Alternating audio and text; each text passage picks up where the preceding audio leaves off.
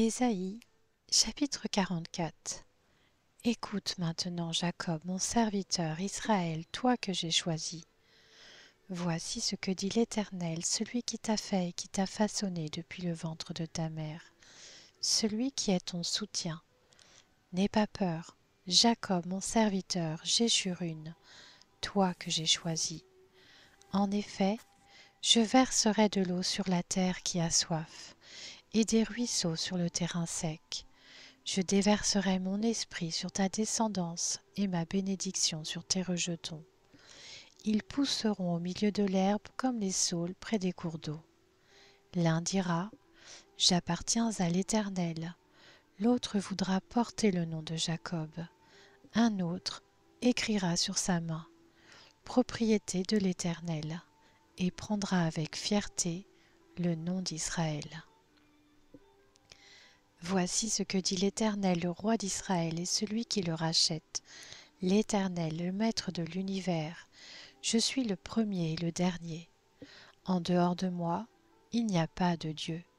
Qui est pareil à moi? Qu'il le proclame, qu'il le révèle et m'expose tout ce qui s'est passé depuis que j'ai fondé le peuple ancien. Qu'on révèle aussi l'avenir et ce qui doit arriver. Ne tremblez pas, n'ayez pas peur. Ne te l'ai-je pas depuis longtemps annoncé et révélé?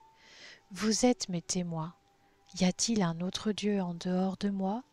Il n'y a pas d'autre rocher, je n'en connais pas. Ceux qui fabriquent des sculptures sacrées ne sont tous que vides, et celles qui font leur plus grand plaisir ne servent à rien. Du reste, elles en témoignent elles-mêmes. Elles ne voient rien et ne savent rien, si bien qu'ils seront couverts de honte. Qui est ce qui façonne un dieu ou coule une sculpture sacrée pour n'en retirer aucune utilité? Tous ses associés seront couverts de honte. Les artisans ne sont eux-mêmes que des êtres humains. Qu'ils se rassemblent là, qu'ils se présentent tous, et tous ensemble, ils seront tremblants et couverts de honte. Pour confectionner une hache, le forgeron travaille avec des braises, et il la façonne à coups de marteau. Il la travaille d'un bras vigoureux. Cependant, il suffit qu'il ait faim, et le voilà sans force, qu'il n'ait pas bu d'eau, et le voilà épuisé. Le charpentier tire le ruban à mesurer, il fait un tracé à la craie et travaille le bois au ciseau, tout en faisant des marques au compas. Il le travaille sur le modèle d'un homme, d'un être humain, dans toute sa beauté, pour qu'il soit installé dans un temple. Pour cela, il se coupe des cèdres, il se procure des chênes et de grands arbres qu'il choisit bien vigoureux dans la forêt. Il plante des pins que la pluie fait grandir. L'homme utilise ces arbres pour faire du feu. Il en prend une partie pour se chauffer. Il en brûle aussi pour faire cuire son pain. Cependant, il les utilise aussi pour se fabriquer un dieu qu'il adore. Il en fait une statue devant laquelle il se prosterne. Il brûle la moitié de son bois, afin de pouvoir manger de la viande, préparer un rôti et se rassasier. Il l'utilise aussi pour se chauffer et dit « Ah, je me chauffe, je vois la flamme !» Et avec le reste, il se fait un dieu, une sculpture sacrée. Il se prosterne devant lui et l'adore. Il lui adresse des prières en s'écriant « Sauve-moi, car c'est toi qui es mon Dieu ». Ils n'ont ni discernement ni intelligence, car on leur a fermé les yeux pour qu'ils ne voient pas, et le cœur pour qu'ils ne fassent pas preuve de bon sens. Il ne se met pas à réfléchir, il n'a ni le discernement ni l'intelligence de se dire « J'ai brûlé une moitié du bois, j'ai cuit du pain sur ces braises, j'y ai rôti de la viande pour la manger, et avec le reste je ferai une horreur, je me prosternerai devant un morceau de bois. » Il se nourrit de cendres, son cœur s'est laissé tromper et l'égare. Il est incapable de se délivrer lui-même et de dire « N'est-ce pas une fausseté que j'ai dans la main ?»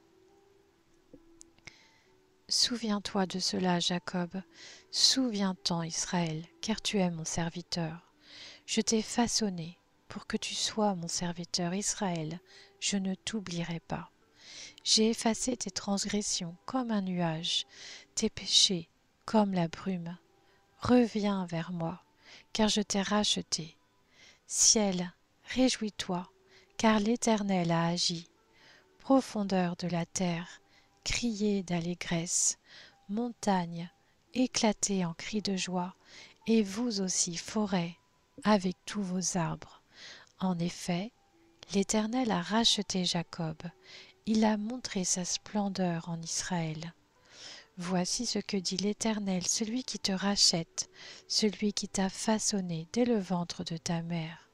C'est moi, l'Éternel, qui suis l'auteur de tout. Tout seul, j'ai déployé le ciel. Par moi-même, j'ai disposé la terre. Je fais échec au signe des faiseurs de prédictions, et je frappe de folie les devins. Je fais reculer les sages et montre la stupidité de leur savoir. Je confirme la parole de mon serviteur et je mets à exécution les décisions annoncées par mes messagers. Je dis à propos de Jérusalem, elle sera habitée, et à propos des villes de Juda, elles seront reconstruites et je relèverai leurs ruines. Je dis aux profondeurs de la mer, asséchez-vous. Je vais faire disparaître vos courants. Je dis à propos de Cyrus, il est mon berger, et il accomplira toute ma volonté. Il dira à Jérusalem, sois reconstruite, et au temple, que tes fondations soient posées.